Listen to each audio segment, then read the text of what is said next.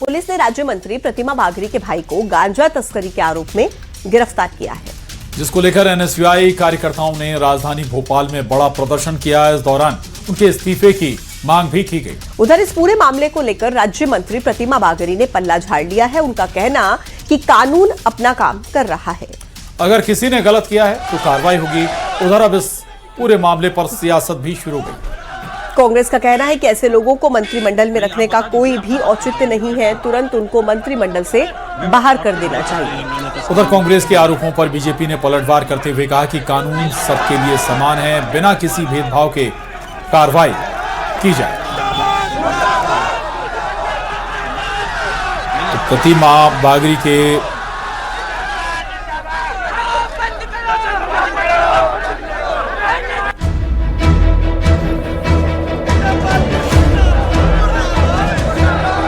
राज्य मंत्री प्रतिमा बागरी के भाई अनिल बागरी समेत 2 आरोपियों को तस्करी करते गिरफ्तार किया है।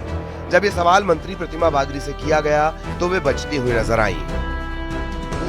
मैम, आपके भाई पकड़े हैं गांजा तस्करी में, क्या कहेंगे? जबरदस्ती की बात क्यों करते हो तुम लोग? नहीं, आप बता दीजिए, अपना पक्ष बता दीजिए, क्या कहेंगे? प्रतिमा बागरी को लेकर एनएसयूआई कार्यकर्ताओं ने जमकर प्रदर्शन किया। एनएसयूआई ने प्रतिमा बागरी को मंत्री पद से हटाए जाने की मांग की है। प्रदर्शन के दौरान एनएसयूआई कार्यकर्ताओं की पुलिस से झड़प हो गई। मंत्री प्रतिमा बागरी के भाई को 45 किलो गांजे के साथ गिरफ्तार किया गया है। मंत्री जी का कहना है कि किसी ने गलत किया है तो कार्रवाई होगी, कानून अपना काम कर रहा है। मीडिया अपने आप से रिश्तेदार बना लेता है। मेरा अनुरोध है कि पहले आप उसकी पुष्टि कर लें, उसके तथ्यों की जानकारी के बाद ही आप लोग को जैसा कि भाई जा रहा है, आपके मुताबिक कौन है? फिर बता दिया कि हमारी सरकार कानून अपना काम कर रही है। आप कह रहे कि रिश्तेदार नहीं तो कौन है आखिर? आखिर कौन? आप बताइए ना कौन है? गांजा तस्करी में गिरफ्तार प्रतिमा बागरी के भाई पर अब सियासत शुरू हो गई है। कांग्रेस का कहना है कि ऐसे लोगों को मंत्रिमंडल में रखने का कोई औचित्य नहीं है, तुरंत उनको मंत्रिमंडल से बाहर करना चाहिए। उधर कांग्रेस के आरोपों पर बीजेपी ने पलटवार करते हुए कहा कि कानून सबके लिए समान है, बिना किसी भेदभाव के कार्रवाई की जाएगी। प्रतिमा बागरी का चरित्र सबको मालूम है। उनके बहनोई गांजे तस्करी में पकड़े गए, उनके भाई पकड़े गए। अभी और अगर जांच करी जाए तो पता नहीं और भी अनैतिक कार्यों में ये निकल के सामने आएगी। ऐसे लोगों को मंत्रिमंडल में रखने का औचित्य क्या है? ऐसे लोगों को मंत्रिमंडल से बाहर करना चाहिए। और भारतीय जनता पार्टी को, खासकर डॉक्टर मोहन यादव को, अगर वाकई में सुचिता की सरकार चलाना है तो जांच करानी चाहिए, सबका पुलिस वेरिफिकेशन करानी चाहिए, इससे मालूम पड़ सके क्या हो रहा है। वरना इससे ही होता रहेगा, दिए चले अंदर रहेगा।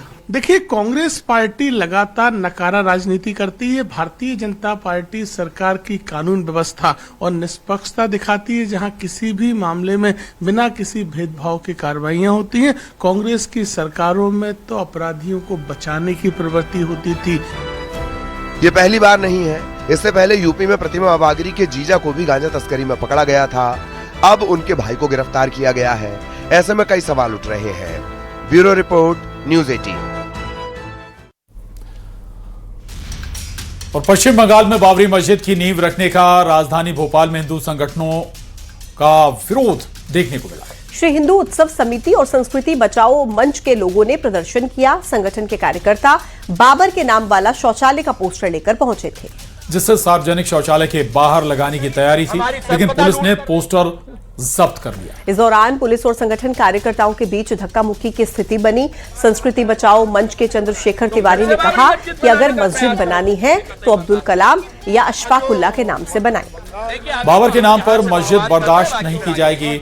मौके पर क्विक रिस्पांस फोर्स के 40 से ज्यादा जवान और 25 से 30 पुलिसकर्मी तैनात। विरोध में सुलभ शौचालय का नाम रख रहे हैं, बाबर सुलभ शौचालय। यहाँ पर मूत्रदान करिए और सुलभ हो जाइए और आनंद प्राप्त करिए। हुमायूं जो विधायक ने बोला है बाबरी नाम की मस्जिद बनवाना चाहते, बाबर, टीपू सुल्तान, ये सब देश के आताताई थे। इनने हजारों लोगों का कत्लेआम किया, मंदिरों को ध्वस्त किया, मस्जिदों का निर्माण किया, जिसे कतई बर्दाश्त नहीं किया जाएगा। अगर इनके नाम से कोई मस्जिद का निर्माण करते तो इनके खिलाफ राष्ट्रद्रोह का मुकदमा दर्ज होना चाहिए। इनके खिलाफ FIR दर्ज करवाएंगे। देखिए, अभी पहला वो स्टेप है। अच्छा, फिर किसके नाम से मस्जिद बननी चाहिए? अगर मस्जिद बनाए अब्दुल कलाम के नाम से बनाइए ना, अशफाकुल्ला खां के नाम से बनाइए, बिस्मिल्लाह खां के नाम से बनाइए और खूब आनंद से। खंडवा के ग्राम सिहाड़ा में पूरे गांव को वक्फ बोर्ड की संपत्ति बताने वाली दरगाह कमेटी और वक्फ बोर्ड के दावे को मध्य प्रदेश स्टेट वक्फ ट्रिब्यूनल भोपाल ने खारिज कर दिया है। ट्रिब्यूनल के आदेश के बाद ग्राम पंचायत की ओर से शासकीय भूमि से कब्जा हटाने की कार्रवाई की गई। इस दौरान गांव को छावनी में तब्दील कर दिया गया। राजस्व और पुलिस के आला अधिकारी और पुलिस फोर्स की मौजूदगी में दरगाह क्षेत्र से तार फेंसिंग सहित गांव के अन्य अतिक्रमण को भी हटा दिया गया। सामुदायिक भवन को ग्राम पंचायत के हवाले कर दिया गया है। पहले भवन में मदरसा चल रहा था। 40,000 स्क्वायर फीट कैंपस को लेकर यह पूरा विवाद था। मेरे को तो बड़ी विडंबना लग रही है कि शासन प्रशासन ने बिना सूचना दिए हुए और ये अतिक्रमण बता के यहाँ पर तार फेंसिंग और पीछे के कुछ बिल्डिंग बनी थी उसको तोड़ा जा रहा है, जबकि हमारा ये वक्त न्यायालय में प्रकरण चल रहा है।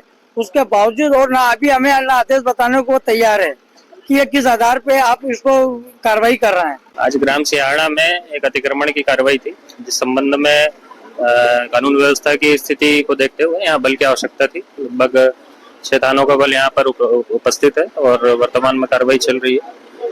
कानून व्यवस्था की स्थिति कोई भी उत्पन्न न हो, इसलिए सुरक्षा की दृष्टि से यहाँ पर बल उपलब्ध कराया गया है। ग्राम सिहाड़ा में शासकीय भूमि को वक्फ संपत्ति बताकर कुछ लोगों के द्वारा अवैध कब्जा ले लिया गया था और जिसे आज प्रशासन एवं ग्राम पंचायत के द्वारा अवैध कब्जा हटाया गया है।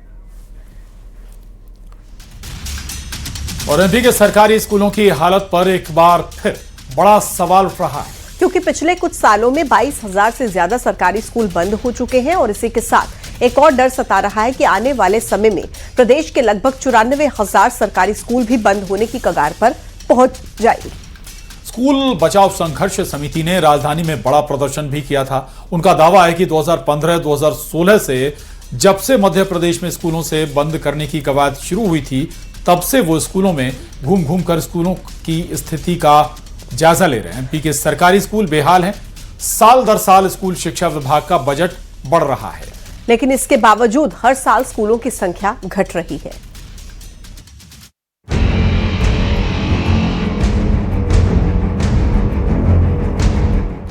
एमपी के सरकारी स्कूलों की हालत पर एक बार फिर सवाल उठ रहा है। ये सवाल इसीलिए क्योंकि प्रदेश में लगातार सरकारी स्कूल बंद हो रहे हैं। अब एक बार फिर हजारों स्कूल बंद होने की कगार पर है। एमपी विधानसभा में पेश की गई रिपोर्ट में एक बड़ा खुलासा हुआ है। इस रिपोर्ट के मुताबिक एमपी में पिछले कुछ सालों में 22,000 से ज्यादा सरकारी स्कूल बंद हो चुके हैं। 94,000 सरकारी स्कूल बंद होने की कगार पर हैं। 5 साल के अंदर 7,000 स्कूल बंद हो चुके हैं। 2015 से 16 में अब तक 22,000 स्कूल बंद हुए हैं। स्कूल बचाव संघर्ष समिति का आरोप है कि प्रदेश के कई स्कूलों की मरम्मत की जरूरत है, लेकिन उनको बंद किया जा रहा है।